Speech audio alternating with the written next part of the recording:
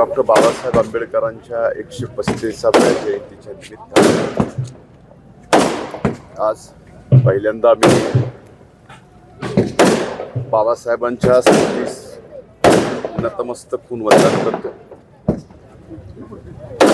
या परमपूजनीय डॉक्टर बाबासाहेब आंबेडकरांनी या भारत देशाला, जगातल्या सर्वात मोठ्या लोकशाही असणाऱ्या या देशाला संविधान दिलं आणि या भारतातल्या प्रत्येक नागरिकाला आज ताठ मनानं, समानतेनं ज्या संविधानामुळे आज वागायला मिळत आहे, ज्या संविधानामुळे आज बोलण्याचं स्वातंत्र्य, लिहिण्याचं स्वातंत्र्य, हे जे सर्व स्वातंत्र्य आज भारताच्या प्रत्येक नागरिकाला या ठिकाणी दिलं आहे, ते परमपूजनीय डॉक्टर बाबासाहेब आंबेडकरांनी या देशाला दिलेल्या घटनेमुळेच या ठिकाणी दिलं आहे।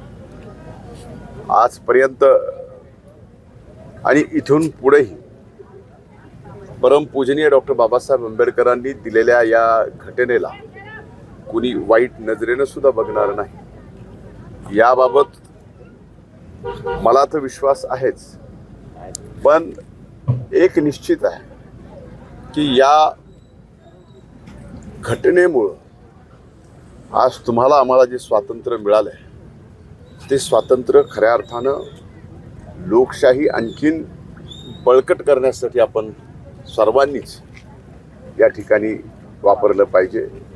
आज पुन्हा एकदा परमपूजनीय भारतरत्न डॉक्टर बाबासाहेब आंबेडकरांच्या जयंतीच्या निमित्तानं मी माझ्या मतदारसंघातील, जिल्ह्यातील, या महाराष्ट्रातील, देशातील तमाम जनतेला मनपूर्वक शुभेच्छा देतो।